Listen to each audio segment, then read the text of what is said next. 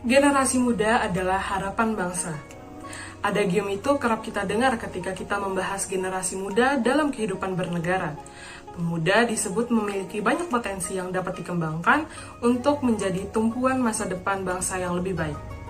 Dalam 10-15 tahun mendatang, generasi Z akan mulai menjadi pemimpin baik pada sektor ekonomi, bisnis, maupun pemerintahan. Partisipasi generasi muda sudah seharusnya meningkat, mengingat selanjutnya tongkat kepemimpinan bangsa ini ada di tangan mereka. Akan tetapi, di sisi lain, beberapa penelitian dan pemberitaan menunjukkan bahwa generasi muda terasosiasi dengan tingkah laku kontraproduktif atau berkebalikan dari harapan besar yang diletakkan di pundak mereka. Di antaranya adalah rendahnya minat dan pengetahuan terhadap politik dan kebijakan publik. Temuan-temuan penelitian tersebut tentu mengkhawatirkan, mengingat partisipasi politik di masa depan dicerminkan dari partisipasi politik di masa kini. Sebab-sebab rendahnya tingkat partisipasi politik generasi muda dalam kancah perpolitikan Indonesia dapat kita generalisasikan menjadi dua faktor, yaitu faktor internal dan faktor eksternal. Faktor internal meliputi ketidaktertarikan generasi muda terhadap hal-hal yang berbau politik dan kebijakan pemerintah, serta faktor eksternal yang meliputi sulitnya akses dan birokrasi yang dialami oleh generasi muda dalam terjun ke politik. Anak muda yang terjun ke politik seringkali menjadi formalitas untuk menunjukkan bahwa sudah ada perwakilan anak muda di pemerintahan. Padahal sistem pemerintahan saat ini tidak terlihat anak muda yang menonjol yang kira-kira dapat memimpin Indonesia di masa akan datang. Bagaimana suara anak muda tentang berbagai isu politik bangsa? Saya Gusti Ayu Putra Wiracildi, mahasiswa Statistika Universitas Brawijaya Angkatan 2019, dan pada kesempatan kali ini saya akan mewawancarai beberapa mahasiswa aktif dan berprestasi terkait isu hangat ini.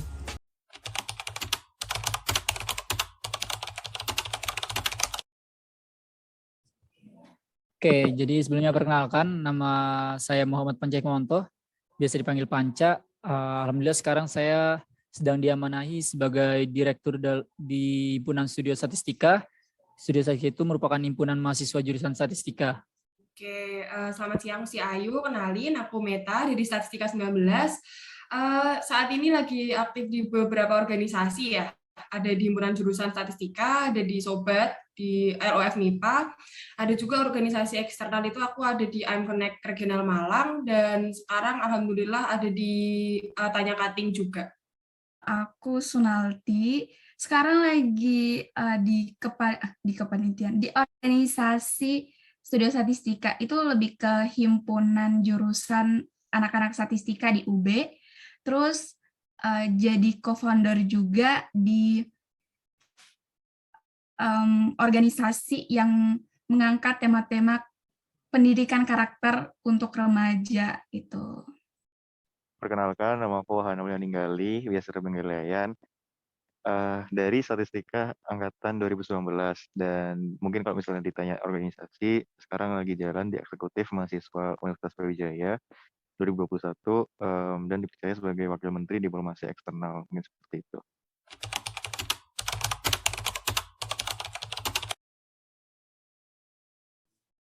Oke, kalau politik kampus yang di kita di UB sendiri itu sebenarnya sudah baik ya.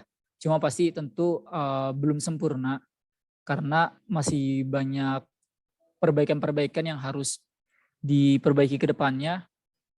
Karena politik di kampus juga kan sebagai ajang ataupun wadah pembelajaran bagi mahasiswa sendiri sebagai generasi muda. Tentunya yang dimana generasi muda ini sebagai mahasiswa kita sebagai penerus dan juga tentunya sebagai agent of change ke depannya. Nah maka dari itu kalau dalam segi umum itu sudah cukup baik, namun tetap harus ada evaluasi dan juga perbaikan terhadap politik yang ada di kampus kita seperti itu. Oke, kalau mungkin ngomongin politik kampus di Universitas Brawijaya, ya emang benar sih yang tadi dikata kalau misalnya kampus miniatur sebuah negara. Dan selama aku menjalani sebagai organisasi itu, dan emang beneran kalau ternyata di suatu organisasi itu juga ada politiknya, kemudian dalam proses pemilihan presiden, wakil presiden, dan Dewan Perwakilan Mahasiswa itu pun juga ada politik-politik yang mungkin mereka gunakan sehingga entah itu untuk mendapatkan suara atau untuk sebagai kendaraan alat gitu ya untuk mencapai ke pemilihan itu. Jadi kayak bener banget kayak kurang lebih sama sih kayak pemilu gitu ya. Mungkin kalau 2019 kemarin dan di Pemira itu namanya pemilihan raya mahasiswa di UMB itu sendiri juga mirip-mirip kayak gitu. Jadi ada calon presiden, calon wakil presiden dan ada dari masing-masing kandidat itu politik, tapi bukan partai ya, kayak politik yang membelakanginya kayak gitu.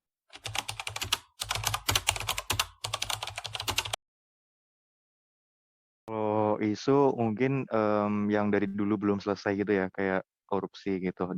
Oke, kalau sebenarnya yang paling hangat sekarang ini kan ada kasus pelecehan seksual yang teman-teman mahasiswa itu ya.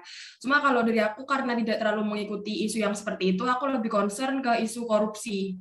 Karena menurut aku itu menjadi masalah yang nggak ada selesainya sih ya, entah dari revisi UKPK atau apapun itu sampai ya dengan berbagai cara penyeleksian pimpinan KPK dan jajarannya itu sih yang aku jadi concern beberapa bulan terakhir ini kayaknya ya, Ayu, atau 2 atau 3 tahun terakhir ini deh gitu. Oke, kalau isu ya, isu yang menjadi perhatian buat aku sendiri itu adalah kasus korupsi ya. Itu yang paling menurut aku harus dibenahi lebih lanjutnya karena ini justru di dunia politik dan juga hukum di Indonesia itu kan kita negara hukum ya. Tentu kita ada hukum-hukum juga yang mengatur perihal kasus korupsi kayak gitu.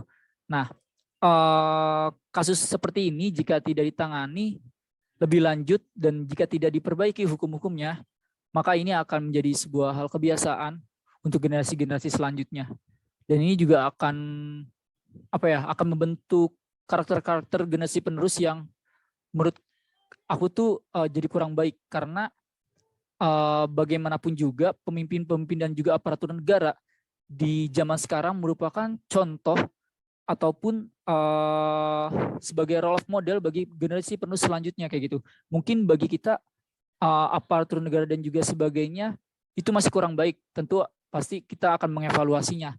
Namun di balik itu mereka adalah role of model bagi negara kita, negara Indonesia. Jadi dan banyak sekali kasus korupsi itu terjadi pada pejabat-pejabat ataupun pemimpin-pemimpin negara. Jadi ketika mereka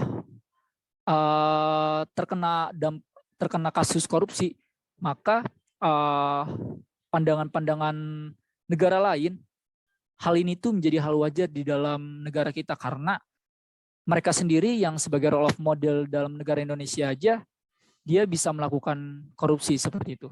Oke, sebenarnya aku tuh suka banget ya untuk nonton-nonton YouTube, tapi mengenai politik-politik gitu dan masalah sosial, walaupun aku orangnya orang sains tapi lebih tertarik di bidang sosial juga.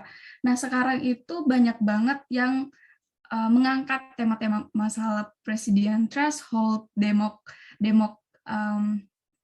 masalah demokrasi di Indonesia, masalah lingkungan seperti climate change, masalah pendidikan kayak pendidikan karakter dan pendidikan budaya di Indonesia. Tapi akhir-akhir ini masih lebih berfokus pada masalah lingkungan dan masalah pendidikan tadi.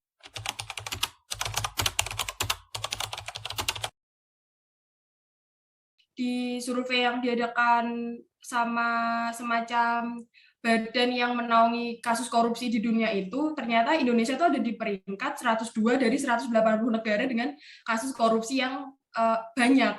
Itu kan agak menyedihkan ya jatuhnya ya. Dan kita dapat skor 37 dari 100 itu artinya semakin sedikit skor dari Corruption Participant Index ini itu menunjukkan korupsi kita yang semakin buruk. Dan dari survei Global Corruption Barometer juga itu 30% para pejabat itu melakukan kasus korupsi, tapi di sini spesifik ke penyuapan. Sedangkan 92% itu menunjukkan bahwa masyarakat Indonesia itu merasa kasus korupsi ini kasus yang berat atau yang sulit ditangani.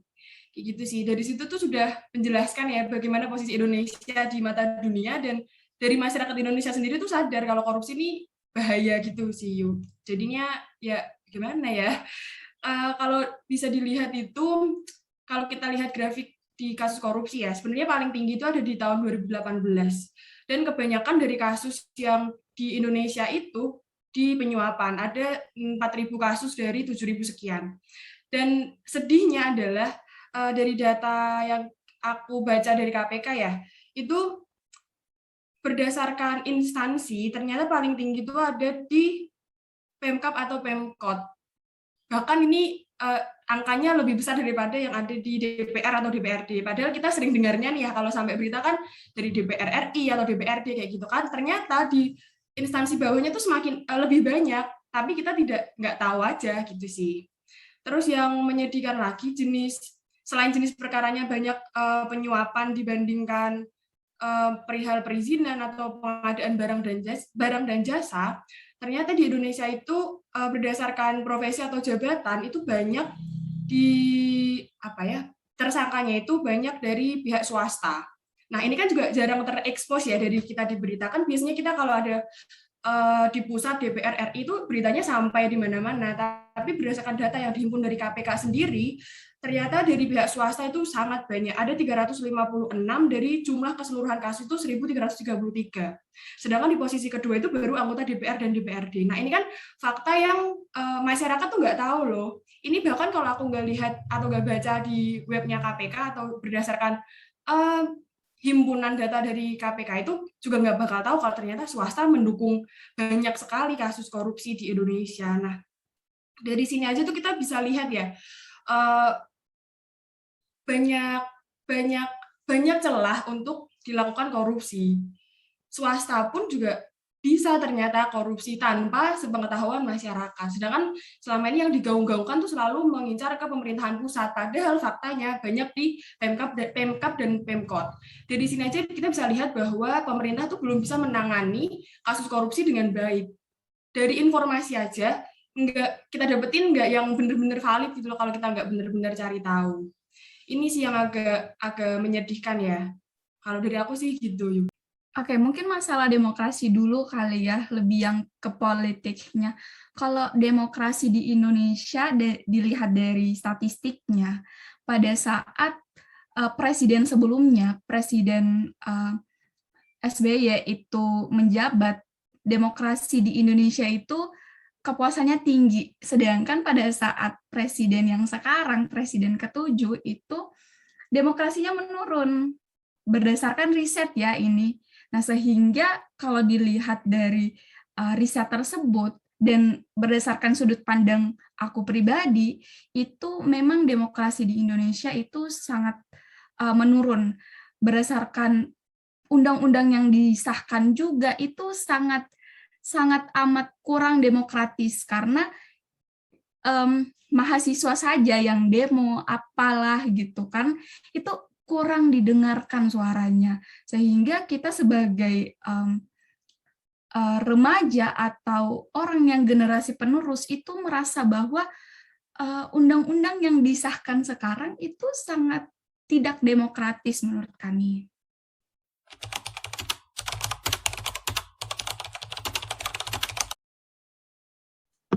Oke, mungkin mengenai bagaimana politik di Indonesia dulu kali ya. Politik di Indonesia itu sebenarnya politik dulu deh, complicated banget, kompleks banget kalau bahas tentang politik. Karena politik itu sangat berhubungan dengan kekuasaan, sehingga kekuasaan itu bagaimana pemimpinnya itu bertindak nantinya. Nah, kita hubungkan dengan anak muda sekarang, apakah sudah banyak menampung aspirasi dari remaja? Kalau dilihat itu masih sangat kurang, karena dilihat juga dari riset-riset dan apa yang ada di Indonesia sekarang itu masih sangat muda dan terkesan sangat jadul begitu. Mungkin mengenai operasi-operasi sekarang itu masih sangat kurang. Tapi untuk sekarang lebih majunya pemerintah adalah mereka sudah merambah ke dunia-dunia yang anak muda sekarang geluti. Misalnya mereka sudah bisa menggunakan sosial media sebagai platform untuk melihat aspirasinya anak muda, tapi itu saya rasa masih kurang sekali untuk menampung aspirasi tersebut. Jujur kalau menurutku masih kurang sih, karena emang banyak juga yang masih mungkin apatis ya, karena berdasarkan fakta juga dari data yang pemilu 2019 itu kan juga separuh gitu, jadi kayak 250 pemilih tetap, tapi hanya 130 juta diantaranya yang memilih, jadi sisanya tuh golput gitu, antara golput nggak milih atau datang tapi surat suaranya nggak sah gitu kan. Nah, kalau misalnya ditanya sejauh apa peran pemuda itu dilibatkan, buat aku sih sejauh ini partai-partai politik itu hanya memanfaatkan suara-suara anak-anak Gen Z atau milenial gitu. Karena emang mungkin dulu sempat ada satu partai baru nih gitu kan, yang mungkin juga Gus Dayu tahu nih kalau misalnya dia itu banyak banget anggota atau kader partainya itu dari anak-anak muda, dan mungkin dulu membawa harapan juga kan. Tapi seiring berjalannya waktu juga ya harapan yang mereka bawa itu ternyata juga sama aja gitu ternyata. Kalau kita ngomongin politik secara umum ya, dilihat dari kasusnya tuh berarti politik masih remedial ya, kita bisa bilang. Tapi remedial ini tuh kita nggak bisa serta-merta menjudge para pemangku jabatan nih yang nggak kerja bener-bener gitu. Itu nggak bisa jadi alasan juga, karena kita lihat ya Indonesia seluas ini dan sebanyak ini manusia yang harus diurus, jadi pasti ada banyak kekurangan dan ya ada celah-celah untuk kita menyerang dalam tanda kutip politik dan jajarannya. Tapi kalau dari aku sendiri sebagai pemuda nih ya, pada dasarnya kan sekarang nih partai politik udah banyak yang teman-teman pemuda yang coba masuk ya di parpol baru seperti itu. Cuma kita sekarang aja tuh belum dapat dampaknya, belum dapat impact-nya dari pemuda ini masuk. Karena menurut aku pemuda ini masuk ya dia sebagai staff, dia nggak bisa ambil jabatan yang tinggi yang sangat secara struktural itu bisa mempengaruhi keputusan di partai politik itu sendiri maupun di pemerintahan. Nah dari situ tuh sudah jelas kalau dampaknya nggak bakal kita rasain di 1 atau 2 tahun aja, tapi para pemuda yang kita bisa bilang junior di partai politik ini harus jadi senior dulu biar bisa ambil tempat yang signifikan untuk dia kasih saran atau kasih pandangan seperti itu. Soalnya kalau kita lihat, kita beberapa kali aku lihat sih lewat di sosial media, kalau kita lihat Sinta Laura di Mata Najwa saat itu banyak inovasi-inovasi dari pemuda ini yang belum bisa tersampaikan atau terrealisasikan karena ya masalah struktural tadi, belum bisa ambil jabatan dan sebagainya. Pejabat-pejabat sekarang ataupun pemimpin-pemimpin sekarang itu mempunyai keinginan terhadap ide-ide yang anak muda miliki kayak gitu. Mereka selalu mengatakan kayak berikan kreativitas Anda, berikan ide-ide gagasan pemikiran Anda yang baik untuk negara ini. Tapi mereka mengatakan seperti itu, tapi kita tidak diberi kesempatan untuk terjun di dalam dunia politik kayak gitu. Dan bahkan suara-suara dari anak muda juga tidak selalu didengar. Bukannya tidak didengar ya, tapi tidak selalu didengar.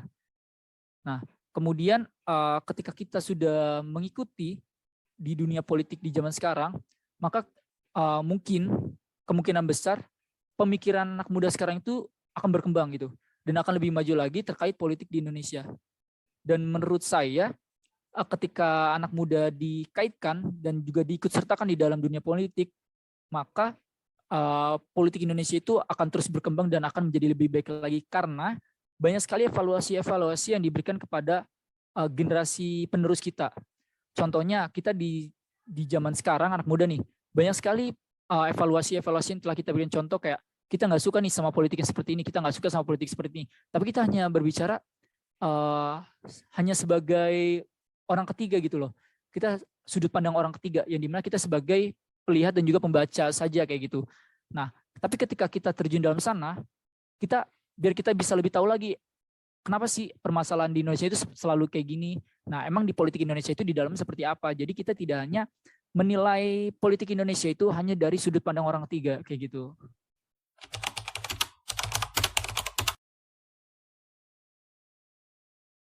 aku secara pribadi sih tidak terlalu tertarik dengan partai politik ya, karena sekompleks itu. Dan biasanya sih orang kalau misal ditanya kenapa nggak mau, karena takutnya ntar ikut terkontaminasi, kita bisa bilang gitu ya, dengan pengaruh-pengaruh buruk. Sebenarnya itu nggak, juga bukan masalah kontaminasi, tergantung bagaimana kita berkomitmen aja sih dari awal. Cuma karena aku sendiri itu dari awal tidak terlalu concern ke dunia politik, hanya sekedar tahu ternyata begini ya, seperti itu sih, lebih ke ya udah brainstorming aja. Mungkin kita bisa sharing ke teman-teman yang sekiranya mau terjun ke politik, kita bisa sampaikan isu-isu yang jadi keresahan kita sebagai pemuda lah, bisa kita bilang gitu. Yuk.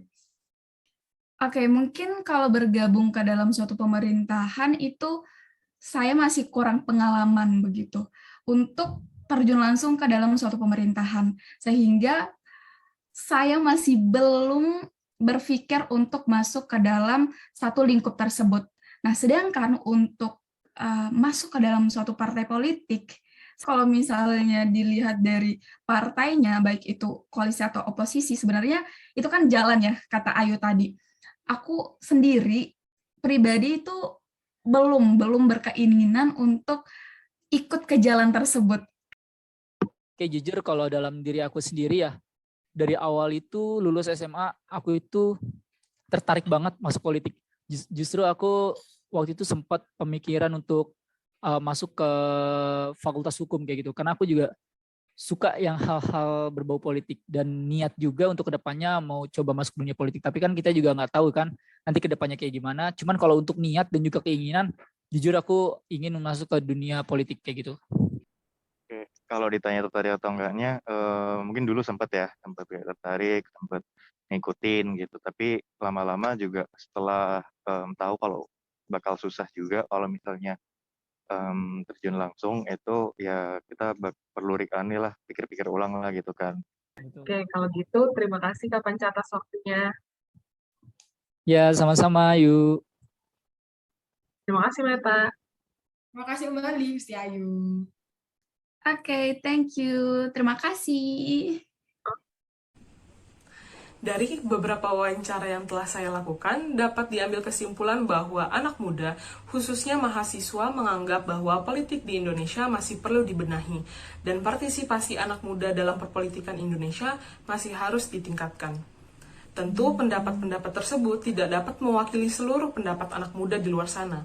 Maka dari itu, saya tampilkan data yang telah dikumpulkan oleh Survei Nasional Anak Muda pada Maret 2021 oleh Indikator. Pertama-tama saya akan membahas dari segi statistik. Responden berjumlah 1.200 orang yang berusia dari 17 sampai 21 tahun. Dengan metode pengambilan sampel adalah metode simple random sampling dengan toleransi kesalahan 2,9% dan tingkat kepercayaan 95%.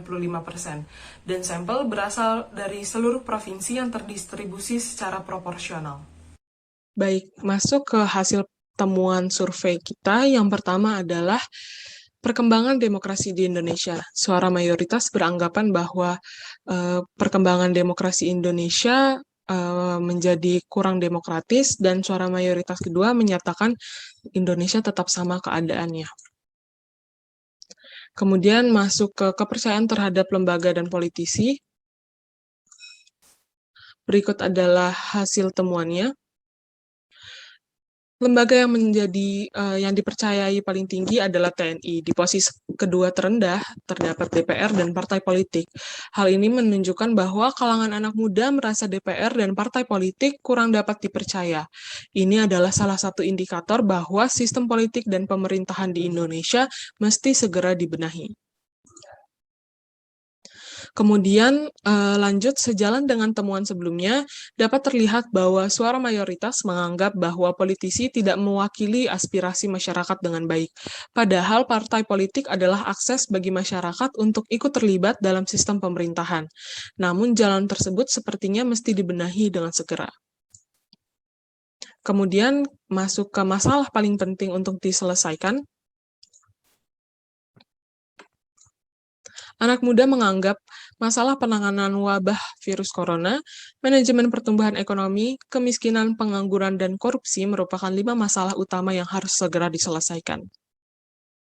Kemudian yang terakhir masuk ke persepsi korupsi dan kasus korupsi. Tingkat korupsi selama 2 tahun terakhir, anak muda menganggap bahwa korupsi selama 2 tahun terakhir cenderung meningkat, dan mayoritas kedua mengatakan bahwa tidak ada perubahan.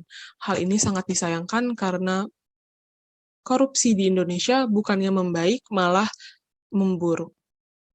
Dari diskusi yang telah kita dengarkan tadi dan sejumlah data yang telah saya paparkan, dapat diambil kesimpulan bahwa peran anak muda dalam perpolitikan Indonesia masih kurang.